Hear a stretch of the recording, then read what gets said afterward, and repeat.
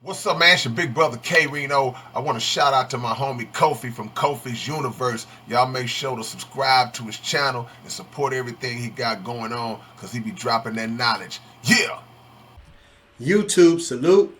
The past beef between Jay-Z and DMX was explained by Ruff Ryders founders. Alright, if you're new to my channel, please thumbs up the video, hit the subscribe button, click the bell icon to be notified when I upload new content and go live. Also cast your vote for Kofi's Hip Hop Hall of Fame. That link is in the description, and you can check out new interviews with Kambada, Ilmac, and Self-Titled, and J. Rue the Damager. You can check for those interviews in the interview playlist. So, the Ruff Ryders founders, who consist of Siobhan Dean, Wah, and D, they were on the Breakfast Club this morning. And they was talking about the Ruff Ryder documentary that's going to be on BET Chronicles, BET station. And they talked about, the situation between Jay-Z and DMX. And this is what they said. So, Jay-Z and DMX had a battle in the early 90s. And it was a good battle. They was going at it. I believe the battle was in the Bronx at a pool hall. And Jay-Z and DMX was going bar for bar, lyric for lyric. And people, they called it a draw. But DMX felt that he won. And Jay-Z felt that he won. So, they had this little thing like, okay, they had some animosity towards each other and they kept it to themselves that I won. Now, we have heard Jay-Z on DMX album, Flesh of My Flesh, Blood of My Blood. Yes, we've heard DMX on Jay-Z album, then the album that came out in 1998. In My Lifetime Volume 2. Yeah, In My Lifetime Volume 2. Money Cash Hoes, he was on there. And Jay-Z was on DMX Flesh of My Flesh, Blood of My Blood in 1999. He was on the track with The Lox. So he was on that track, whatever, Blackout. So we also heard DMX and Jay-Z together. They was on Ja Rule album that came out in 1999. Vede Vice. I forgot the title of it, but Ja Rule first album. DMX albums came out in 98. My apologies. I got these dates all confused. I apologize. But they was on tracks together. So you heard them on tracks together. So moving forward, Jay-Z becomes the president of Def Jam in 2004. So at that time, DMX feels that he don't got to answer to him. Like, fuck you. Like, I'm not answering to you. Like, I'm my own boss. I move how I want to move. And DMX was getting ready to release the album. But Def Jam felt that it wasn't ready. And DMX didn't like that, how he was being treated. So at this time, Jay-Z tried to tell DMX about a riot in prison. He was saying it was like some type of riot in prison. And he wanted, DMX to kind of do something about it. But he felt that Jay-Z was like moving kind of sideways. Like, yo, you're moving kind of sideways. And, he didn't like that. So at that time, while he felt that he was moving sideways, DMX was already in debt, like almost $12 million. He owed Def Jam. Maybe just the budget and probably the things he was doing, he probably wasn't even paying the money back to Def Jam. It's hard to say.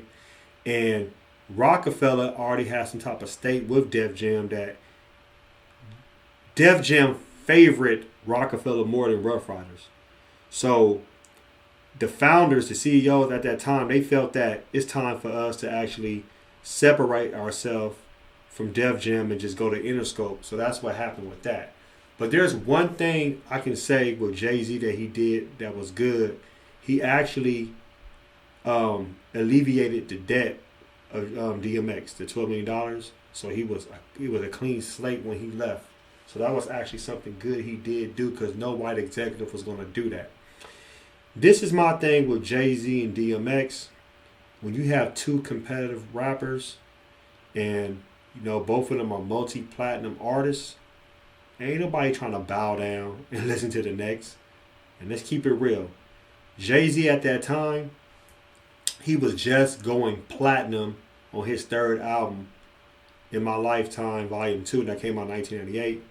DMX, when he dropped his albums, both albums in 98, when he dropped It's Dark and Hell is Hot, and he dropped Flesh of My Flesh, Blood of My Blood, both of them albums were multi-platinum. So he already had the momentum in the record sales way beyond Jay-Z. And everybody knew that. And even when he dropped his third album at the end of 99, and he was helping with the Ruff Ryders compilation and all that stuff, Ruff Ryders had this really big momentum that was bigger than Rockefeller at that time. This is before Beanie Sigel even came to like Rockefeller. Well, he was already at Rockefeller, but before he really had his buzz with his first album that came out in 2000. This is before you had the State Property. You had Cameron being signed. Yes, you had Memphis Bleak over there. You had a Mill, but they wasn't really doing too much. They was just going gold. Well, Memphis Bleak was just going gold. So everything was really on Jay-Z. So DMX was actually pushing like the New York buzz of everything going through them as Ruff Ryders. Because, you know, at that time, Wu-Tang was controlling New York, but, you know, their momentum was slowing down just a little. The steam was kind of going out the train. So Ruff Ryders, you know, you got Ruff Ryders as far as DMX, you got Eve, you got Drag On, you got the Locks, you know, you got all these artists on Ruff Ryders that's actually doing their thing and they making noise. And yes, there's going to be some type of jealousy. That's one thing about Jay-Z. He don't like when somebody can compete with him or better than him. He did it to rappers on his own record label. Look what he did to Beanie Sigel. Like, he never wanted Beanie Sigel to outshine him, regardless if he was on records with Beanie Sigel or not. He treated Beanie Sigel wrong at his court case in 2003. And, well, it lasted until 2004 when Beanie Sigel was able to, like, they said, we'll release him right now. And Jay-Z was like, nah, he didn't want to take on that responsibility. Then, how he played some of the artists at Rockefeller Records, like the Young Guns or Skeeter and Sparks. Those artists.